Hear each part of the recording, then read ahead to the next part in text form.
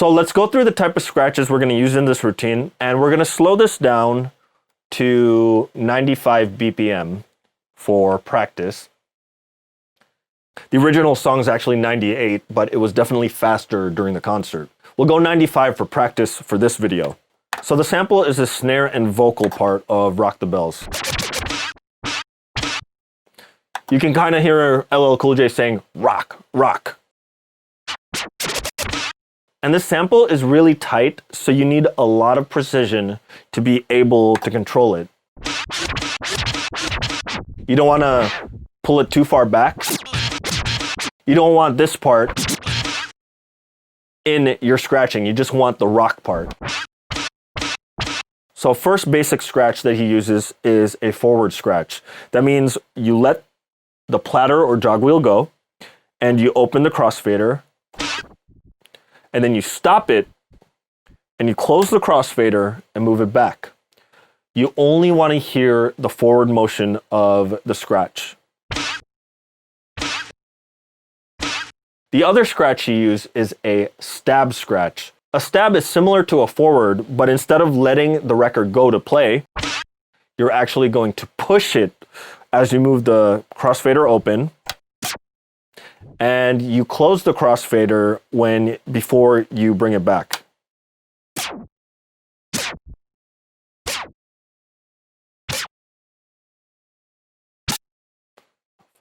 So faster, it sounds like this. And you want to pay attention. You always want as much as possible to have the tip of the scratch sample to be in there, so it sounds snappy. You don't want to be inside it and sound a little too soft. You want it snappy. So that's the stab scratch. The next scratch is a reverse, which is basically the opposite of a forward scratch. When you move the record, platter, or jog wheel back, you open the fader, and then you close the fader when you get to the beginning of the sample. Now I should mention there are moments in here where you're varying the stabs, the forwards, and the reverses so fast that you're essentially doing a transformer scratch with the crossfader. Let me show you.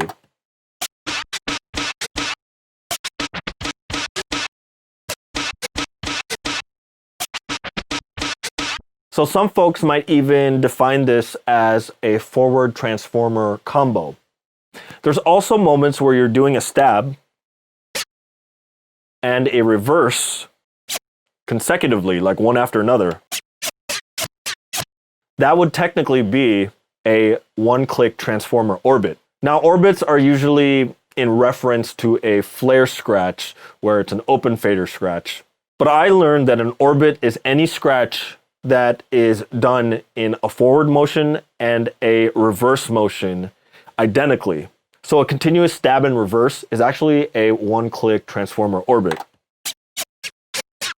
Sorry if that's making it confusing. Now there are also moments where he actually does a transformer scratch. And it's hard to hear in the concert, but one of the ones I picked up on is where he does a transformer going backwards. A transformer scratch is basically when you are just tapping the crossfader on and off. It's kind of hard to really show with the sample because it's really, really tight. But he does it where he does 2 taps as he does a reverse. And you want to be careful, once again, not to get too far back into the sample because this is a very short sample.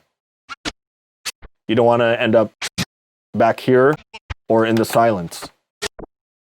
So in the routine, there's moments where he goes.